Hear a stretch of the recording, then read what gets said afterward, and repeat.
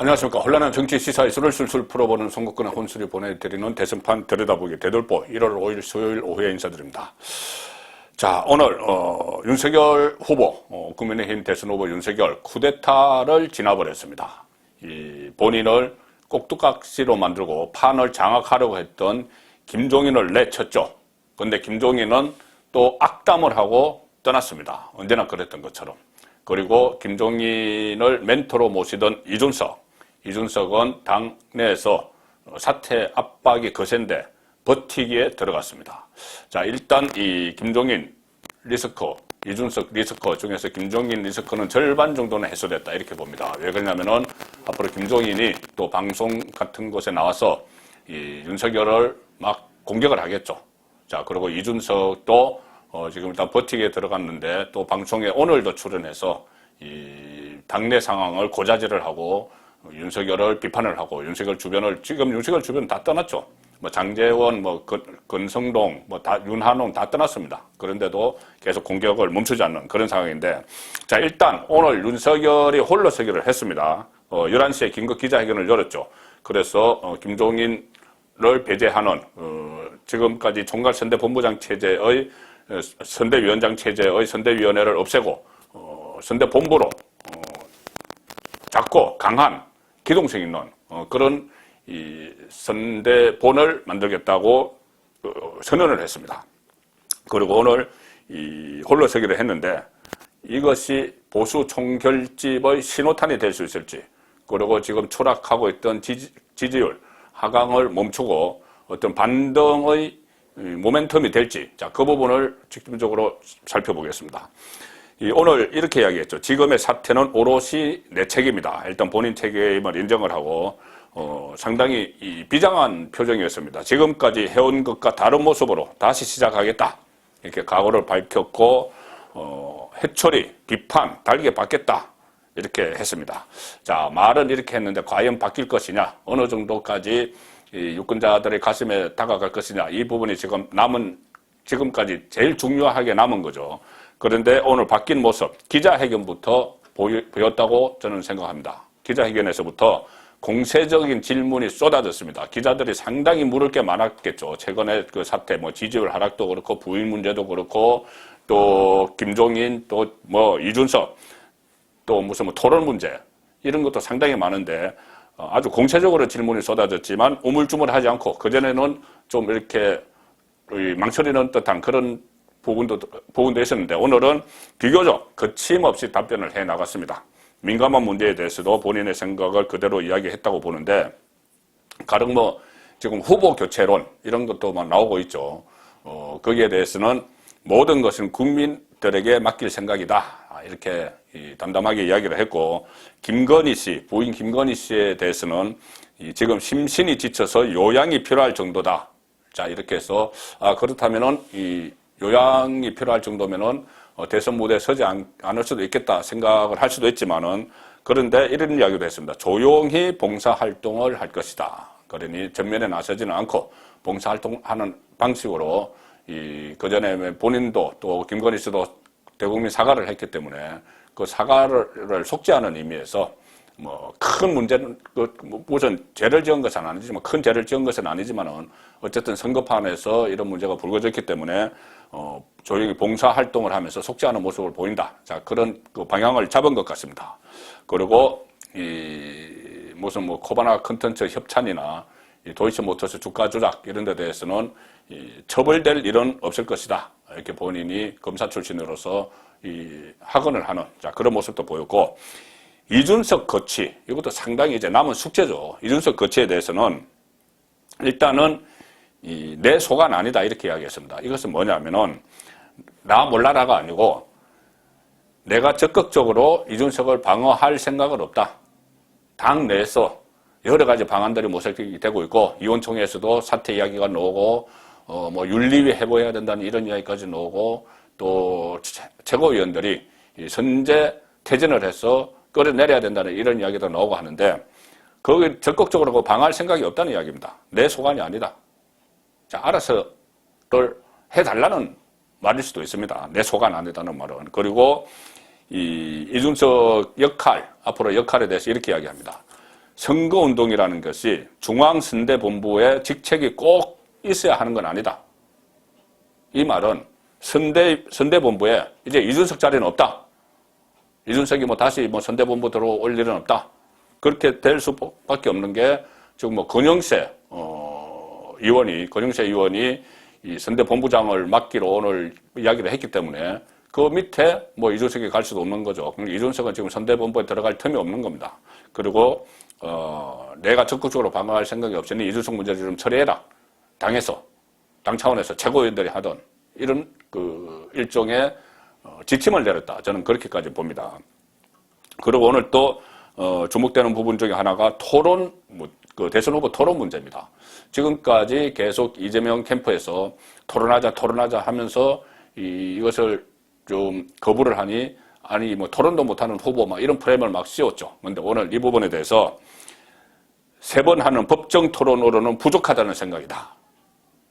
이렇게 이야기하고 더 구체적으로 효과적인 토론이 될 수 있도록 실무진에게 법정 토론 이외에 토론에 대해서 협의를 착수하라고 지시를 했다. 이렇게 밝혔습니다. 아마 이재명 후보 쪽에서는 환영 이런 반응이 나왔지만은 좀 살짝 당황하지 않았나. 자, 그런 생각도 들 정도로 지금 허를 찌르는 그런 답변도 오늘 있었습니다. 상당히 많은 준비를 했다. 그런 느낌을 받았고. 자, 그리고 오늘 또 김종인 가장 핵심적인 건 김종인 총괄선대위원장 축출하는 승부수를 띄운 것이죠. 이 선대위를 해체를 하고 작고 기동성 있는 실무형 선대본부를 출범시켰습니다. 본부장의 권영세, 친박이죠. 친박. 박근혜 선대위에서 2012년이죠. 박근혜 선대위에서 종합상황실장을 했던 친박 권영세를 본부장으로 앉혔고 친이 이명박 전 대통령이 비서실장을 했던 임태희에 대해서도 어떤 역할을 주겠다는 취지로 이야기를 했습니다. 그러니 당내 친박 친이를 다 아우르는 이런 모습도 보였고 기존의 6개 총괄본부 모두 축소시켜서 선대본부장 산하에 편입하겠다. 자, 그래서 선대본부장 권영세, 그 다음에 정책 이런 식으로 나누면서 아마 원희룡 전 제주지사, 또 임태희 이런 사람들도 주요 포스트에 앉을 것 같은데 그 전에 무엇이 공동선대위원장, 상임선대위원장 이런 거하고는 다르죠. 뭔가 일을 할 것 같은 그런 느낌을 주는 선대본부를 출범을 시킵니다. 그리고 또 총체적인 선거 전략도 제시를 해야 되겠죠. 본인이 모든 걸 다 바꾸겠다 했으니 자, 그래서 제 판단으로는 지금 가장 시급한 것은 일단 보수청을 다시 재결집시키는 겁니다. 최근 윤석열 후보의 지지율이 떨어지는 원인 중에서 기존의 보수청 유권자, 그 다음에 70대 이상, 또 대구 경북, 그러니까 원래 콘크리트 지지층이 돼야 될 청에서 빠지고 있는 것이죠. 그래서 그것을 먼저 하나로 모아서 일단 보통 선거용어로 집토끼 이렇게 이야기하는데 일단 집토끼를 하나로 모으고 산토끼 잡으러 나가야 되는 거죠. 자, 그래서 보수청 결집이 가장 중요하고 오늘 이런 각오를 내비쳤기 때문에 아마 보수청이 빠른 속도로 결집을 할 수 있다. 저는 그렇게 보는데 어떤 노력도 해야죠. 그 노력이 가장 가시적이고 효과적인 노력은 홍준표 또 유승민 경선에서 2위, 3위를 했던 이 사람들을 끌어안는 것이 저는 가장 필요하다고 봅니다. 원희룡은 이제 끌어안았죠. 홍준표는 지금 밖에서 딴 살림을 차려서 2030들과 소통하면서 윤석열 후보를 또 비판을 하고 폄훼하고 때로는 조롱도 하고 있죠. 자, 그런데 그 전에 12월 초에 또 윤석열과 홍준표가 만난 적도 있고 한데 울산해동, 이준석과 울산해동 하기 전에 그 이후에 윤석열과 홍준표 교류가 없습니다. 그 교류가 없는 이유 중에 하나는 김종인 때문이었습니다. 바로 그 다음날 김종인이 총괄선대위원장으로 들어와 버렸죠. 홍준표와 윤석열이 심야회동한 다음날. 자, 그러니 홍준표와 김종인은 악연이 있죠. 과거에 김종인이 동아은행 뇌물 사건으로 수사를 받을 때 검사 홍준표가 자백을 받아냈다. 그것을 홍준표가 이야기를 했고 그 다음에 김종인 비대위원장 체제에서 홍준표는 복당을 못했습니다. 그래서 경선에서 결국 이 책임당원, 본인이 오랫동안 몸담았던 당의 책임당원 선거에서 윤석열에게 참패를 해서 후보가 못 됐죠. 그런 악연 때문에 김종인이 총괄선대위원장으로 있는데 홍준표가 들어가기 어려웠던 측면도 있습니다. 이제 김종인 리스크가 제거가 됐죠. 그러면은 홍준표에게 적극적으로 구애를 할 필요가 있다. 자, 오늘 기자회견에서도 그 질문이 나왔죠. 홍준표에게 직접 도움을 요청하거나 만날 생각이냐, 이 질문이 나왔는데, 자, 우리가 같은 생각으로, 윤석열의 답변입니다. 단일 대우로 선거를 치러야 한다. 필요한 모든 일을 하겠다. 삼고초려라도 하겠다는 이야기죠. 지금은 그 모든 일을 해야 됩니다. 그렇지 않으면은 한 2달 동안 그냥 흘러가다가 무난히 선거에서 질 수가 있기 때문에 모든 일을 해야 되죠. 삼고초려도 해야 된다고 봅니다. 홍준표가 지금까지 비판하고 했지만 그래도 어쨌든 2030들과 소통을 하는 그런 정치인이니 삼고초려라도 해야 된다고 보고, 유승민도 지금 거의 서로 거리가 상당히 있는 사이지만 유승민도 일단 중도 보수 쪽에 어느 정도 지지층이 있기 때문에 유승민도 적극 구애를 할 필요가 있다. 지금은 뭐든지 해야 되니까. 자, 그래서 일단 보수층을 하나로 결집을 해서 반등의 모멘텀으로 삼아야 됩니다. 발판으로 삼아야 되는 것이죠. 그 다음에 장기적으로는 안철수 국민의당 후보와 단일화도 모색을 해야 되겠죠. 2030의 표심을 상당수 안철수가 확보하고 있다. 최근에 어떤 조사에서 2030만 놓고 조사하니 윤석열보다 안철수 지지율이 더 높았다. 앞은 이재명이고. 자, 그런 조사도 나왔고, 또 윤석열에게서 떠난 유권자 표심이 중도층에도 있고 안철수 쪽에도 좀 가 있기 때문에 어쨌든 안철수와의 연대 노력 이런 것도 지금부터 해야 됩니다. 오늘 윤석열 역에 대해서도 전향적인 입장을 밝혔죠. 모든 선택을 국민들이 하실 거다. 필요하면은 국민이 원하면은 이것도 안철수와 단일화도 해야 되죠. 다만 지금 선거운동을 각자 하는 상황에서 단일화 이야기를 하는 것은 어떤 예의가 아니다 이런 말을 했기 때문에 좀 분위기가 무르익으면은 단일화 협상도 시작을 할 것 같습니다. 그리고 또 단일화 여기에서도 김종인 리스크가 제거된 측면이 있습니다. 김종인은 또 안철수와도 숙적이죠, 앙숙이죠. 그래서 무슨 단일화는 무슨 단일화, 그냥 안철수가 포기하면 돼 이렇게 김종인이 이야기해왔는데 김종인이 이제 물러났기 때문에 그런 리스크가 제거가 됐습니다.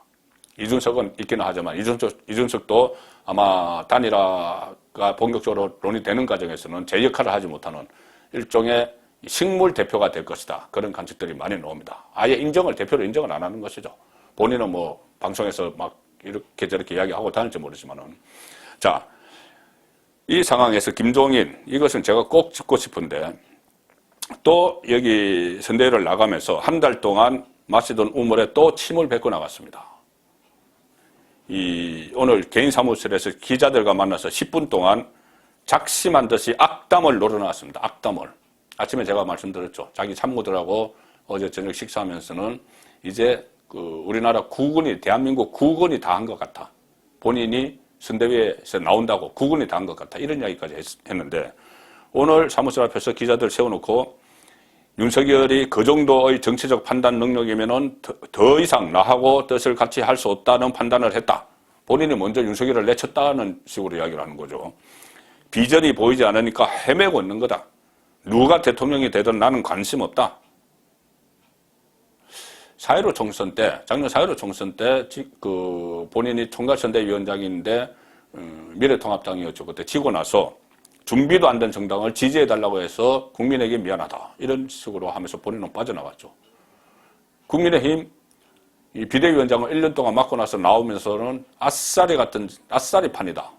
무슨 진흙탕. 이런 이야기를 하면서 마시던 우물에 침을 뱉었는데 또 그렇게 하고 나왔습니다. 아마 김종인도 또 당분간 또 친정권 성향 라디오 방송, 김어준 방송 이런 데 또 나가서 윤석열을 또 막 비판할 것 같은 그런 예감도 듭니다. 왜 그러냐면은 진보 성향의 언론에서는 좋은 먹잇감이죠.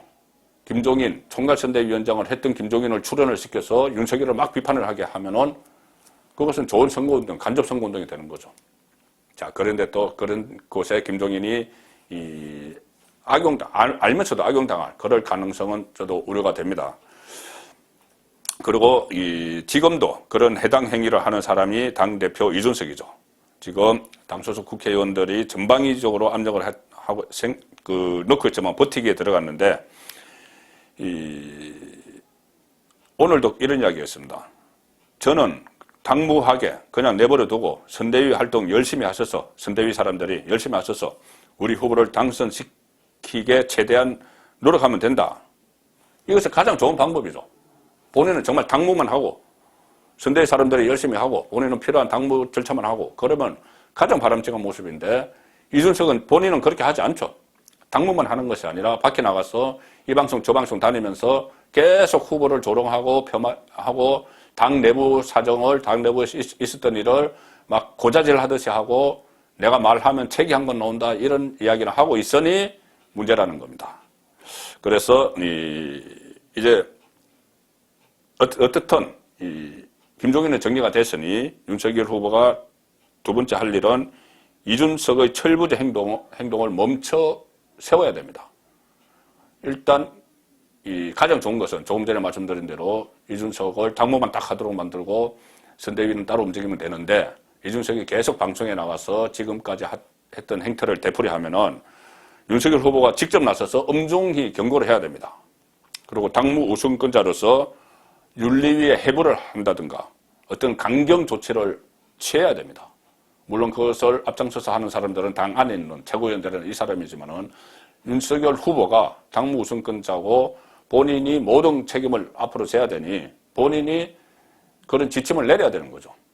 이준석에게는 엄중 경고를 하고 당 쪽에도 어떤 조치를 취하라는 그 지시를 해야 되는 겁니다. 자, 그런 조치들을 다 취해야지 오늘 오롯이 제 책임이다. 해초리 비판 달게 받겠다. 지금까지 해온 것과 다른 모습으로 다시 시작하겠다. 이런 말들이 과연 실천이 되는구나. 그래서 보수청이 총결집을 다시 하고 중도로 외연 확정도 하고 안철수와 단일화도 추진하고 자, 그런 상황이 전개가 되면은 잠시 동안 뒤집어졌던 지지율이 다시 역전될 수도 있다. 그런 예감이 드는 하루였습니다. 송국근의 대들보였습니다.